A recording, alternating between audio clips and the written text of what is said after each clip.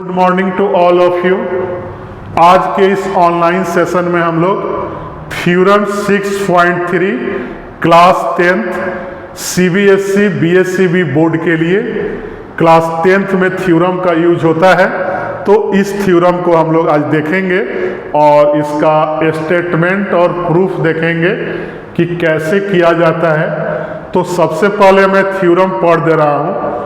If in two triangles, मतलब कि हमारे पास दो ट्रायंगल है और कॉरस्पॉन्डिंग एंगल्स आर इक्वल है, मतलब कि दोनों ट्रायंगल का कॉरस्पॉन्डिंग एंगल क्या है, आपस में बराबर है। तो हमें प्रूफ करना है कि दोनों के कॉरस्पॉन्डिंग साइड का जो रेशियो होगा इक्वल होगा, सेम होगा, मतलब कि दोनों ट्रायंगल आपस में क्या होगा, सिमिलर होगा। तो मैं पहले स्टेटमेंट लिख दे रहा हूं और दोनों ट्रायंगल को फिगर से भी समझा दे रहा हूं। क्या है कि किसी भी थ्योरम के लिए, जब भी थ्योरम प्रूफ करने के लिए एग्जाम में आए तो सबसे पहले हम लोग स्टेटमेंट लिखेंगे और तब उसको प्रूफ करेंगे। तो स्टेटमेंट में लिख रहा हूं, यहाँ दो ट्रायंगल हमने ले लिया, एक ट्रायंगल ए बी सी है और दूसरा ट्रायंगल मैंने डी ई एफ ले लिया। एक ट्रायंगल का नाम दिया मैंने ए बी सी और दूसरे का नाम दिया डी ई एफ। अब इसमें क्या दिया हुआ है कि दोनों ट्रायंगल का एंगल आपस में बराबर है। तो यहां लिख देंगे कि इन बोथ ट्रायंगल्स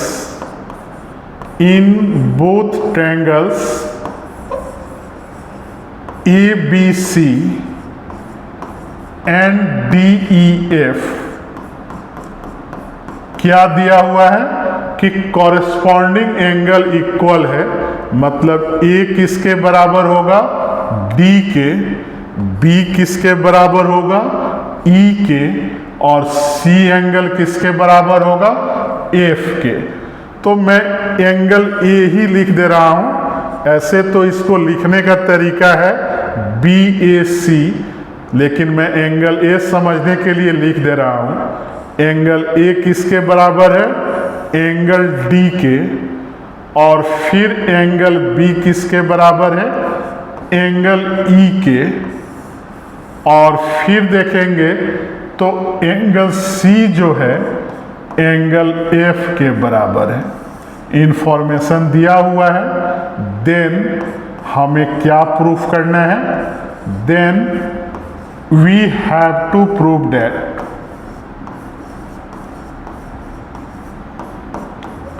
कि दोनों ट्रायंगल में साइड का जो रेशियो होगा, कॉरस्पॉन्डिंग साइड का प्रोपोर्शनल होगा, मतलब कि रेशियो बराबर होगा।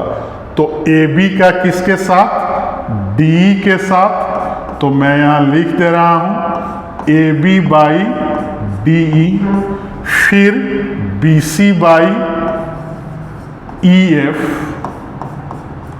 और फिर C A by F D या डी एफ कुछ भी लिखें, तो मैं एफ डी लिख दे रहा हूं।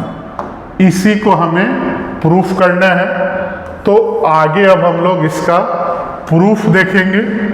तो प्रूफ के लिए हम लोग क्या करेंगे कि एक ही फिगर का यूज करेंगे जो हमने स्टेटमेंट के लिए बनाया था। तो इसमें मैं क्या कर रहा हूं कि डी ई के लेंथ के बराबर लेंथ यहां ले रहा हूं ए पी। ए पी मैंने एक लेंथ ले लिया जो डी के बराबर है, और यहां फिर मैंने एक लेंथ ए आर ले लिया जो डी एफ के बराबर है, और पी और आर को मैंने मिला दिया, मतलब कि ए पी और ए आर जो है डी और डी एफ के रेस्पेक्टिवली में बराबर है। तो मैं यहां लिख दे रहा हूं in triangle A B C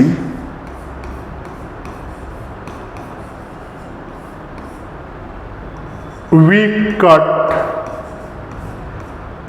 AP equal to D and AR equal to DF। इसको मैंने लिख दिया। तो इससे हमें क्या इंफॉर्मेशन मिला? अब जो दो ट्रायंगल हमें नया दिखाई दे रहा है APR, और एक ट्रायंगल हमें दिखाई दे रहा है DEF जो पहले से दिया हुआ है। इस दोनों ट्रायंगल में अगर देखें तो AP और DE तो इक्वल है ही। उसके बाद एंगल E और D क्वेश्चन में थ्योरम में दिया हुआ था कि एंगल PAR इक्वल है EDF के, या सिंपली D लिखे हुए थे। और उसके बाद AR साइड किसके बराबर है? DF के। तो इसका मतलब क्या हो गया कि बाई SAS रूल जो दोनों ट्रायंगल होगा, triangle APR is congruence to किसके होगा? ट्रायंगल DEF के। देन जब दोनों ट्रायंगल कॉन्ग्रुएंस होगा तो इसमें हम लोग क्या लिख सकते हैं कि एंगल P जो होगा एंगल E के क्या होगा? बराबर होगा। और एंगल E किसके बराबर है? एंगल B के बराबर है। तो हमने क्या देखा एक नंबर इक्वेशन में कि एंगल P और एंगल B ABC में आपस में बराबर हो गया। और फिर एंगल R किसके बराबर होगा? एंगल F के। तो एंगल F किसके बराबर है? एंगल C के बराबर है। तो सेकंड नंबर आ गया। तो फ्रॉम 1 and 2 से हम कहेंगे कि एंगल P अगर एंगल B के बराबर है और एंगल R अगर एंगल C के बराबर है तो PR लाइन जो होगा पैरेलल टू किसके हो जाएगा? BC के हो जाएगा। PR किसके पैरेलल हो जाएगा? BC के। देन यहां से हमारा रेशियो क्या आएगा? AP बाई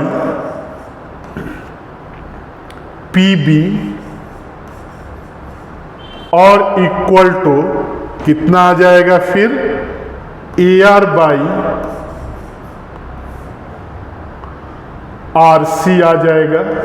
इस थ्योरम को आपने पढ़ा है कि अगर PR पैरेलल टू BC होगा तो AP बाई PB का रेशियो AR बाई RC के रेशियो के बराबर आएगा। तो यहाँ से मैं एक लाइन और लिख दूँ, AP बाई PB जो है इसमें अगर मैं 1 इसको उल्टा पहले लिख दें, PB बाई AP के जगह पे DE भी लिख सकते हैं और उल्टा भी इसको कर सकते हैं। तो मैं इसको सिंपली और शॉर्ट के लिए PB बाई क्या लिख दिया? AP। और इधर मैंने क्या लिख दिया? RC बाई AR लिख दिया। ठीक है। तो इस चीज को याद रखना है, क्या है कि अब मैं फिर नेक्स्ट पेज पर जाऊंगा। तो PB बाई उस ट्रायंगल में मैंने क्या लिखा? अभी हमारा रिजल्ट क्या आया? PB बाई AP और फिर आया RC बाई AR। ठीक है। तो मैं नेक्स्ट पेज पर चल रहा हूं यहां से। तो नेक्स्ट पेज पर जाके मैं एक रफ फिगर ड्रॉ कर दे रहा हूं ताकि कहीं भी ज़रूरत पड़ेगा तो हम लोग उसका यूज कर लेंगे। यहाँ हमने PR लाइन दिया था और यहाँ क्या दिया था? ABC। और हमें क्या रिजल्ट पहले वहाँ तक मिल चुका था? तो हमें रिजल्ट यही मिला था कि PB बाई AP और फिर मिला था CR बाई AR, ठीक है। तो अगर दोनों में मैं 1 ऐड कर दूं, PB बाई AP प्लस 1 और CR बाई AP AR में भी प्लस 1 ऐड कर दिया जाए तो हमें क्या मिलेगा?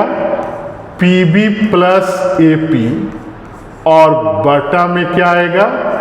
AP आएगा और फिर CR प्लस AR और बटा में क्या आएगा? AR आएगा। तो PB प्लस AP AB के बराबर होगा, तो क्या लिखेंगे? AB बाई AP आ गया और CR प्लस AR AC के बराबर होगा, तो AC बाई AR आ गया। हमें पता है कि AP का जो लेंथ है DE के बराबर है, क्या कि जो छोटा वाला ट्रायंगल हमने लिया था उसका नाम हमने क्या दिया था? DE और F दिया था।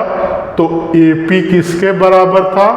DE के, और AR बराबर था DF के। तो फिर इक्वल टू AC बाई कितना आ गया?